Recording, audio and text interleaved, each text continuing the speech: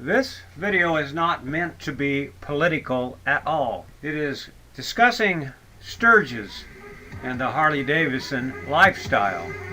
And it is talking about Harley-Davidson, the brand, and about them wanting to move their company overseas, which I'm sure they started planning that a long time ago, way before the tariffs even came in effect. As you all know, big companies don't plan things overnight, so I don't believe it has anything to do with the tariffs.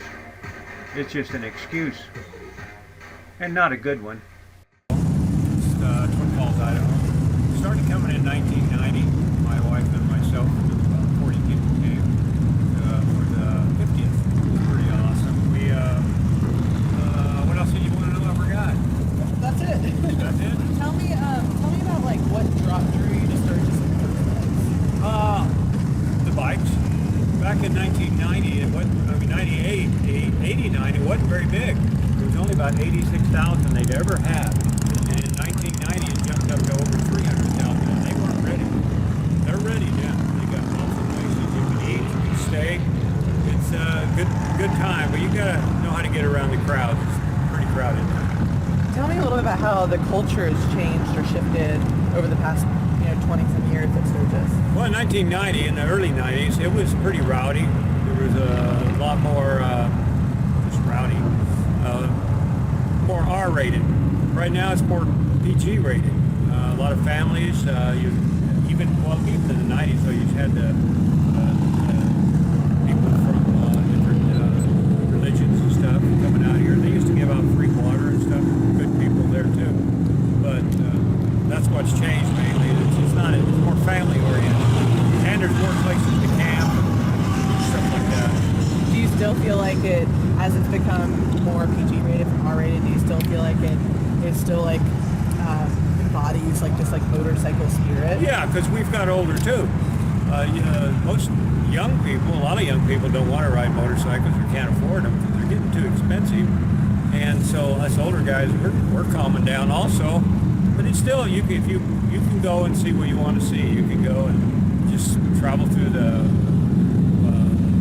hills and mountains and stuff, see Needles Highway and stuff. You can do that, or you can sit in the bar and get drunk and watch whatever's going on in there.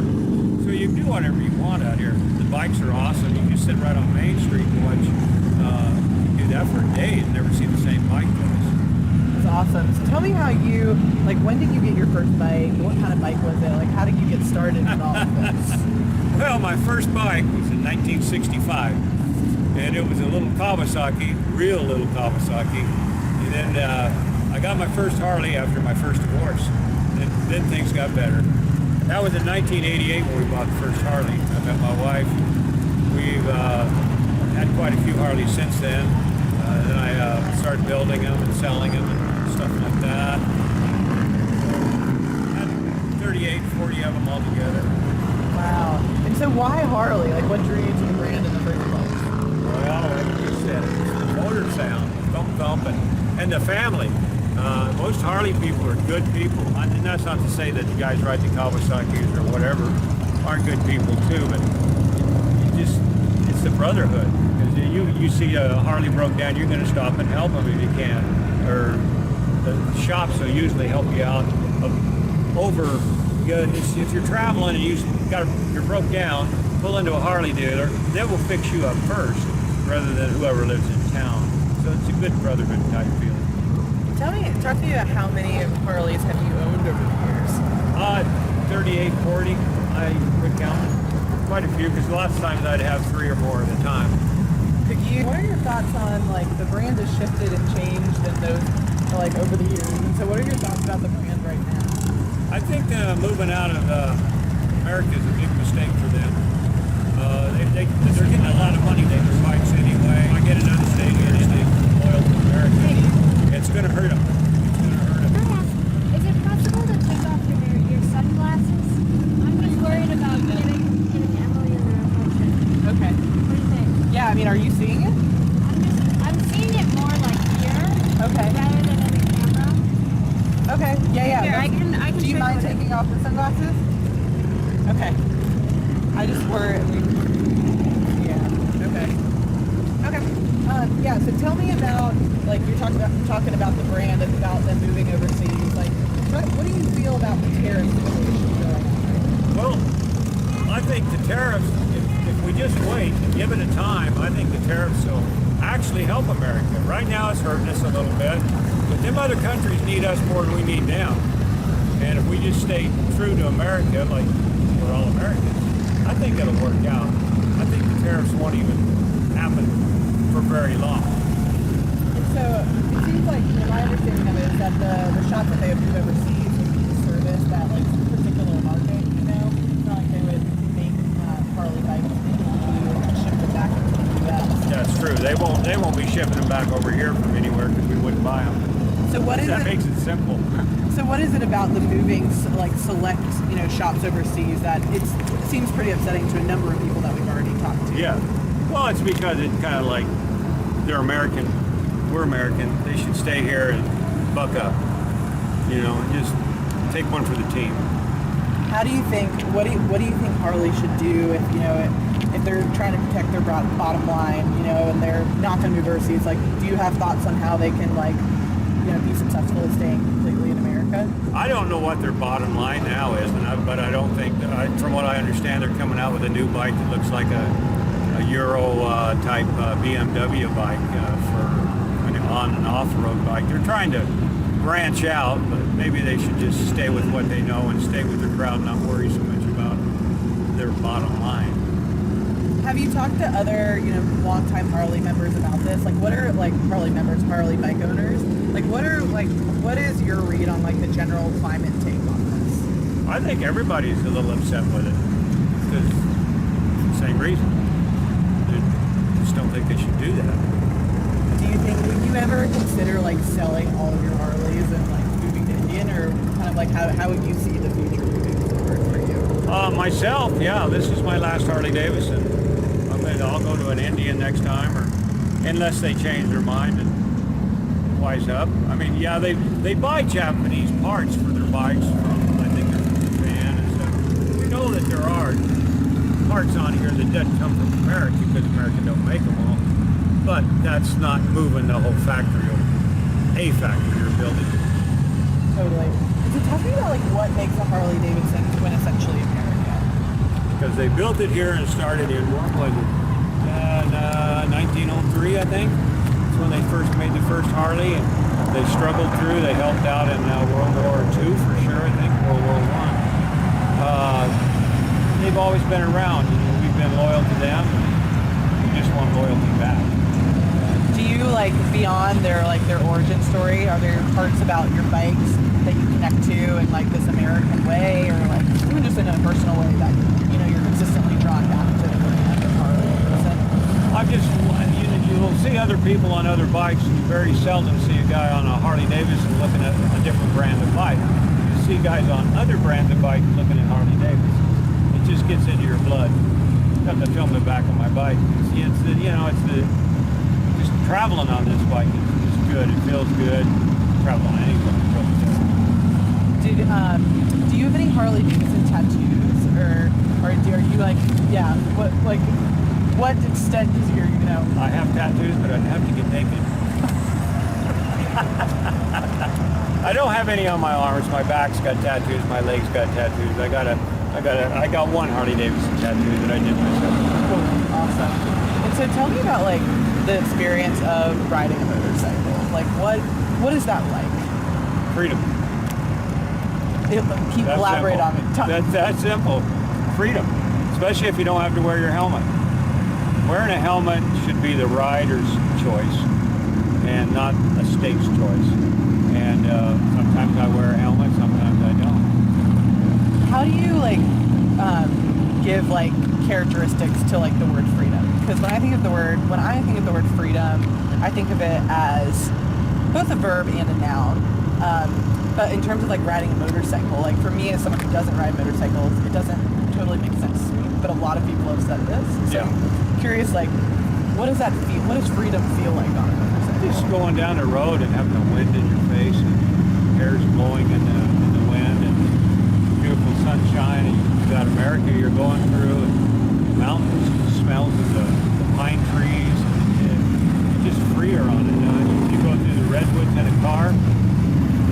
times going through the redwoods on a bike, because you can look around, you can see what's around you and feel it.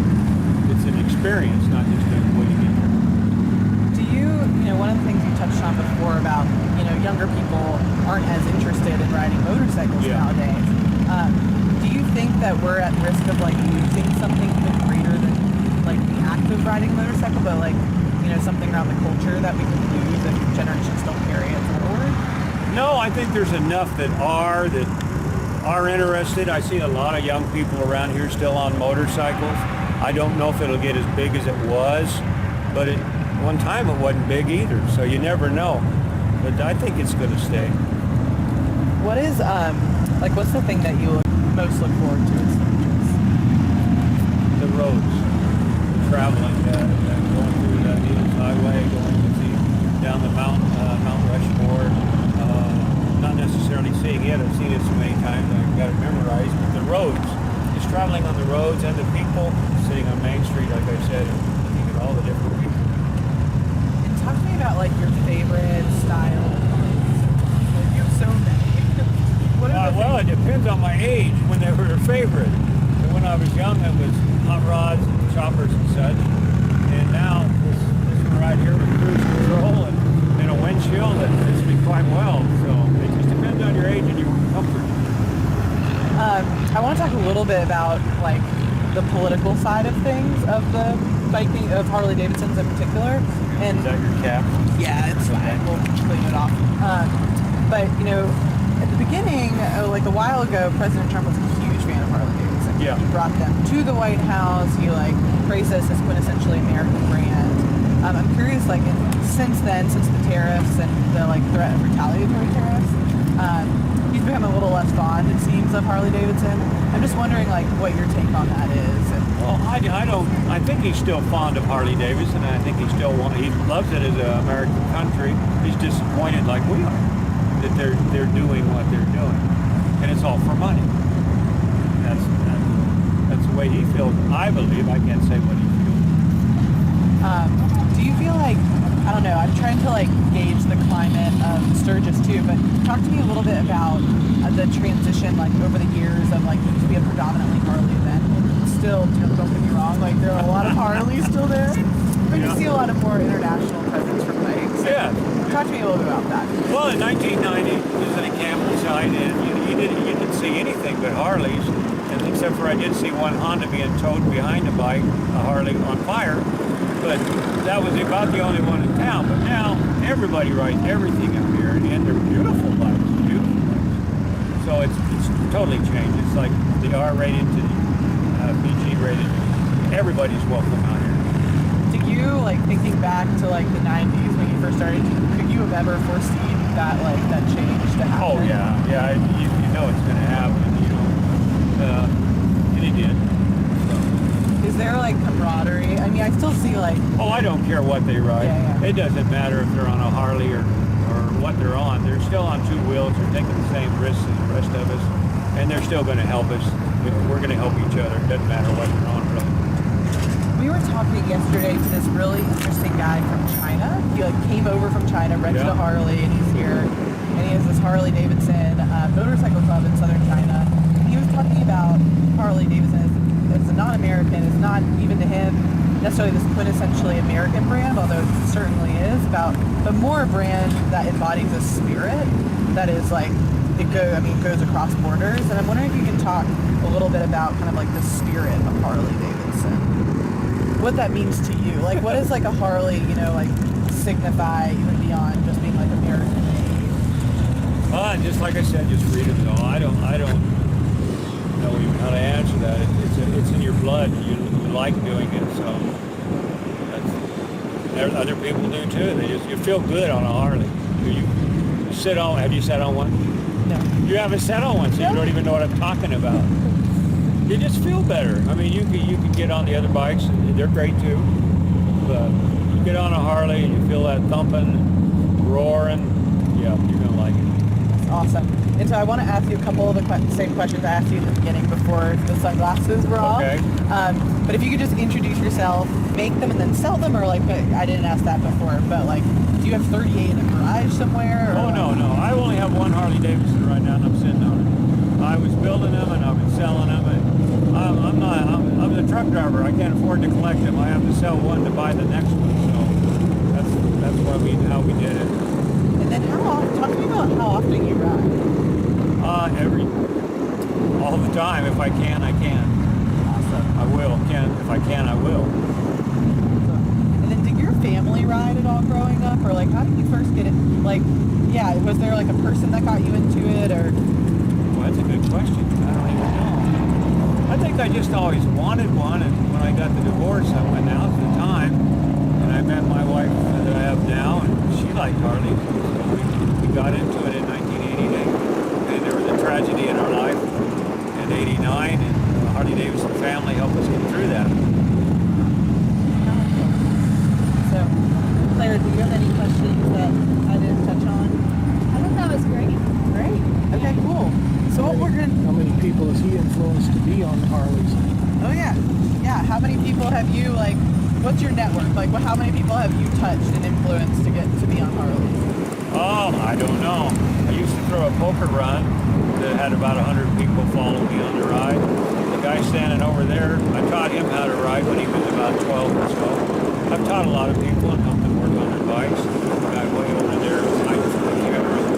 I helped him work on his bikes. So I know a lot of it. I hope I can touch something good. But then there's the YouTube channel. A lot of people follow it. What do you put on your YouTube channel? This right here, the motorcycling down there, showing them the bikes, the people, the campgrounds, what to bring to Sturgis,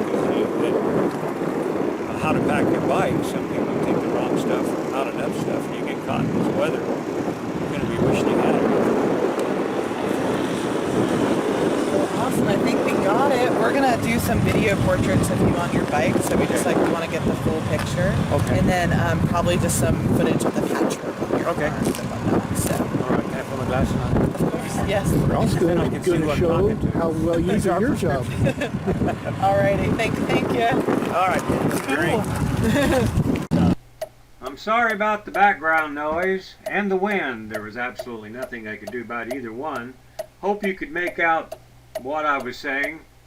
And as I said, this is not political. This is just my opinion and what I answered when they asked the question.